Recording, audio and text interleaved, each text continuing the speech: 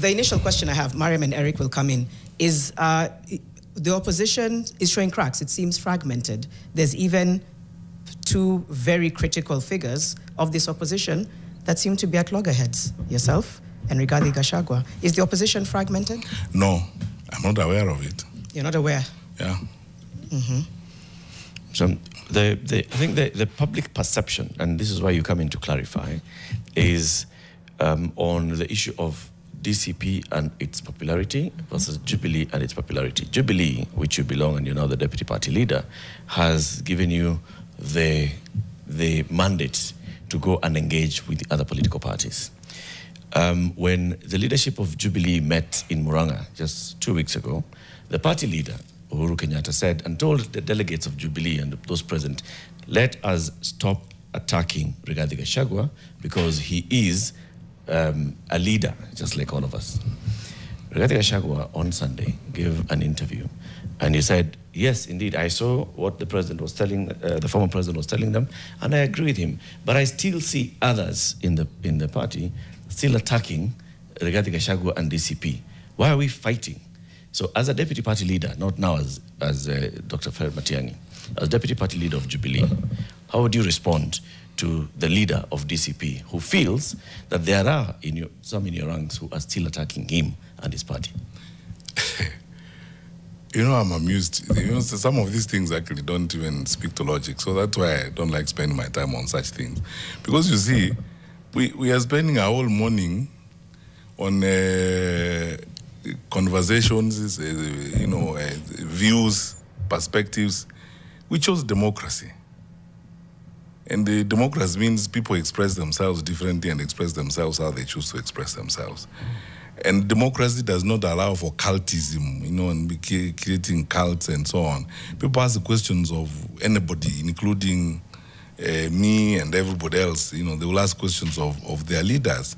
And that does not mean anything. I mean, I think you have exaggerated the position of my party leader, because my party leader did not say stop attacking so-and-so because he's a leader. He just said he does not want party members to concentrate on personality conversations as opposed to promoting party principles and building cohesion.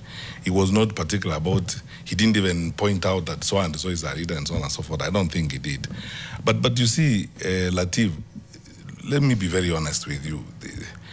If I wasn't in public leadership, I would use stronger adjectives.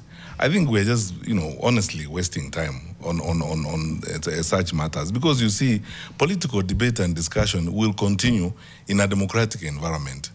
And we either chose and must embrace democracy, or we want it to be a modern-day dictatorship, and we run it around political cultism.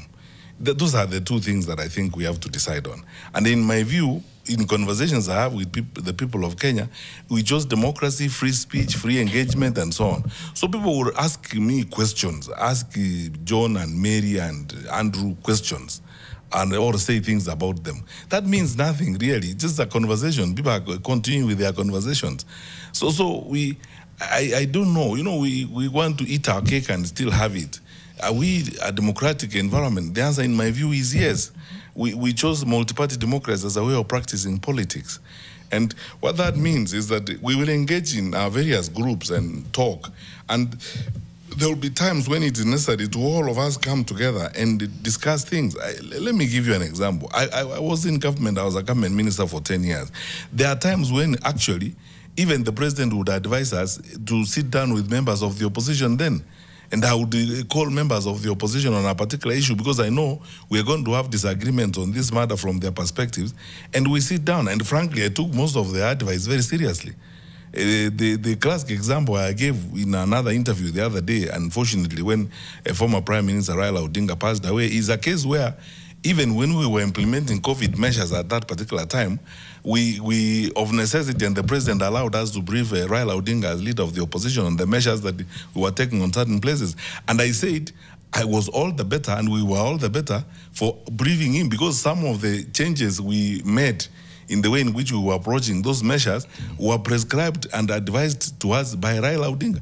I mean, we are a democracy. So I wouldn't like to spend time on conversations, views. because everyone will be entitled to their own. There's no way you are going to put people together. This politics is not a boys' choir, so that, you know, it's somebody who's going to stand before you and conduct it and say, you know, all of you reason this way or that way. Then we don't have a country. It's speaking to the public, though, Dr. Matiang'i, because any member of the public, members of Jubilee who are supporting a united opposition, members of DAPK, of Wiper, of DCP, of PLP who are supporting a united opposition, you may need to explain to them that open disagreements are a thing that is accepted. Because, for example, when the DCP says we had a candidate for the Narok by-election, an MCA ward, and then that candidate decamped and was given, no, we decided not to go with that candidate. That candidate went to Jubilee, and Jubilee gave him a ticket. And then later, he decamped and went to UDA. And we are wondering whether UDA is playing a safe game. When Gachagua is speaking like that as a leader of DCP, he says, sometimes we ask ourselves whether Jubilee is a red wheelbarrow. He has communicated something to the followers of DCP and to the followers of Jubilee. How do you respond to that, speaking to the members of Jubilee and to the members of DCP? You know, I wouldn't put so much weight on. I mean, that's not something that I can lose sleep about or put so much weight on. I mean, he has expressed himself or expressed an opinion or views that the way he sees life. So I'm not going to stand here and spend, you know, hours on end analyzing our view, you know, because we all have views about things and so on. First of all, some of the facts. Are you saying, Dr. Matiang'i, that such statements, because they'll continue, that they are inconsequential? Do you want me to be very frank with you? Yes, please. They are totally inconsequential. Because you see, let me ask you a question. The facts of that statement, some of them are actually fallacious. It's not backed by facts. That candidate who's supposed to have decamped to UDA hasn't decamped to UDA.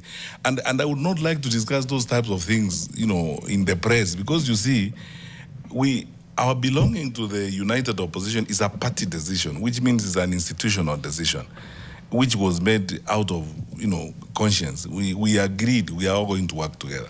The united opposition is a homestead, not a house. It's a homestead. Everybody's in their house there. We are in the same homestead, working on a number of things together and so on. What unites us is the direction we are facing, the vision we have, and the intent that we have expressed of standing together. That does not stop the individual members of Jubilee or individual members of DCP or DAPK or what have you from engaging in the individual party activities like any party engages. Any party has its own activities, recruits members. They could even recruit from each other, you know, in the process. It's a homestead. And the journey has just begun. You see, what I find interesting is that when we dwell so much on these kinds of things and even say things that are non-existent, you know, say, oh, there's a crack, oh, you know, the world is coming down, these fellows have issues. Which issues? I don't understand. I don't see them. And you know, for us to finally get there, to that particular destination, it is going to take a lot of patience, a lot of understanding, a lot of engagement, give and take. You see, we forget one thing. We are not the same people. We are not coming from the same background. We are not having the same experiences, same attitude, same visions. The process of building that unity is what is supposed to align all these and bring us together. So sometimes you can have an argument here, an argument there. You have difference of opinion on this or difference of opinion on that. It's not meant to be you arrive day one, is lover's fat side. You're all on the same page. An internal deadline? Have a wedding and move on. Is there an internal deadline of sorts? Because we're less than 2 years to the election. So is there an internal deadline to when to get this united opposition house in order? No, the united opposition house is in order. Don't insinuate anything. The united opposition house is in order. And we are working the script as we have agreed. We are going to work the script. You see, we also have organs. We have become an institution. We agreed that the conveners of the united opposition will be Honorable Martha Karua and Honorable Kalonzo Musyoka. That the official spokesperson of the united opposition will be the Honorable Dr. Mukisa Kitui. Now, I also must respect those institutions. There are certain things I cannot come here and say because I don't have the sanction of the united opposition. We have to go ahead and have a discussion. And once we have hammered that discussion, it is a method, it will be communicated as we go forward. So in my honest view, that is really what I would like to say. So